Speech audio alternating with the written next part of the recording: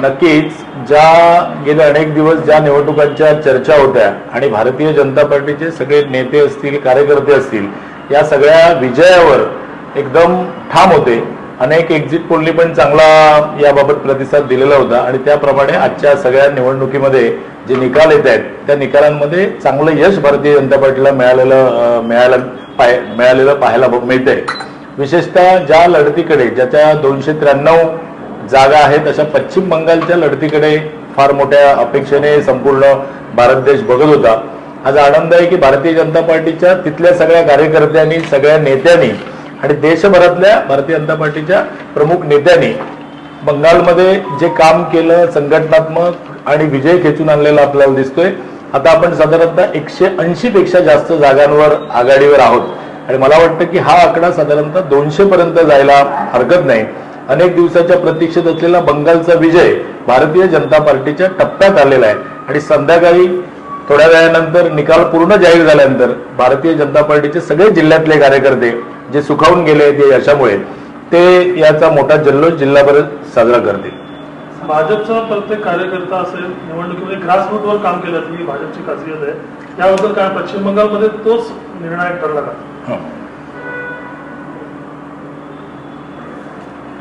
बंगालमध्ये विशेष करून भाजपचे कार्यकर्ते ते ग्रासरूटवर काम केलं जातं, तोच जो ग्रासरूटचं काम केलं ते महत्वाचं ठरलंय पश्चिममध्ये. काय सांगायला संदर्भात?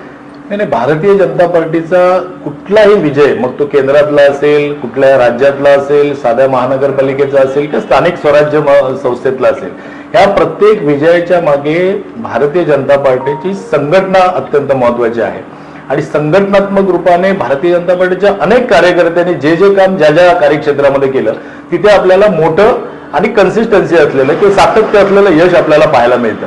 म्हणजे मागच्या 2 निवडणुकांमध्ये भारतीय जनता पार्टीने, बंगालचं विशेष सांगायचं गेलं तर बंगालमध्ये भारतीय जनता पार्टीने जोरदार टक्कर देण्याचा प्रयत्न केला, पण तो प्रयत्न सोडला नाही. मागच्या निवडणुकीमध्ये, त्याच्या अगोदरच्या निवडणुकीमध्ये भारतीय जनता पार्टी निकराने लढली आणि कार्यकर्त्यांनी तेच आपल्या कामामध्ये, संघटनात्मक कामामध्ये तेच सातत्य ठेवलं. नेत्यांनी त्यांना आशीर्वाद दिले, नेत्यांनी त्यांच्या पाठीशी उभे राहिले आणि अशा प्रकारे आपण हे यश मिळवून आणलेलं आहे. आज आपण बंगालचं म्हणतो, आसाममध्ये पुन्हा एकदा, आसाममध्ये आपली सत्ता होती तरी पुन्हा एकदा एकदम चांगल्या बहुमताने, ज्याला म्हणजे तोडच नाही कोणत्याही शब्दामध्ये, असं चांगलं यश तिथे आपल्याला मिळालं दिसतंय. पॉंडिचेरीमध्ये आपल्याला यश पाहायला मिळतंय चांगलं. महाराष्ट्रामध्ये 2 पोटनिवडणुका झाल्या, तिथेही चांगलं आपण आघाडीवर आहोत, तिथे चांगलं यश आहे. केरळ, तामिळनाडूमध्ये सुद्धा प्रयत्न चालू आहेत. त्या प्रयत्नांना यश येण्याचं आता आपल्याला निकालामधून समोर येत आहे. त्या प्रयत्नांमध्ये अगदी जागा जास्त निवडून जरी आल्या नाहीत केरळ किंवा तामिळनाडूमध्ये, तरी मतदानाचा टक्का जो आहे तो तिथल्या सगळ्या कार्यकर्त्यांनी आपली संघटनात्मक ताकद वाढवलेली आहे आणि त्याच्यामुळे तो वाढलेला आपल्याला दिसेल.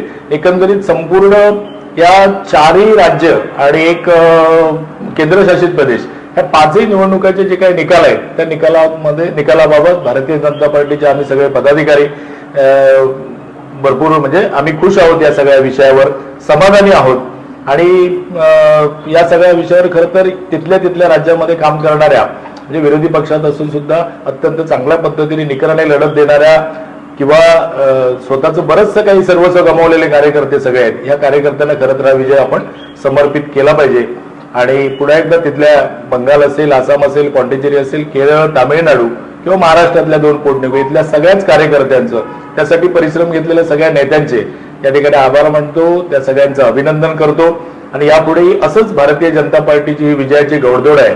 आता आपण 19च्या नंतर ही 3 राज्य, म्हणजे जवळपास 20-22 राज्यांपर्यंत आपण सत्तेमध्ये आहोत. पुढच्या सगळ्या कालावधीमध्ये संपूर्ण भारतामध्ये 100% भाजपाची प्रत्येक राज्यामध्ये, प्रत्येक स्थानिक स्वराज्यामध्ये सत्ता येईल असा विश्वास मला आहे.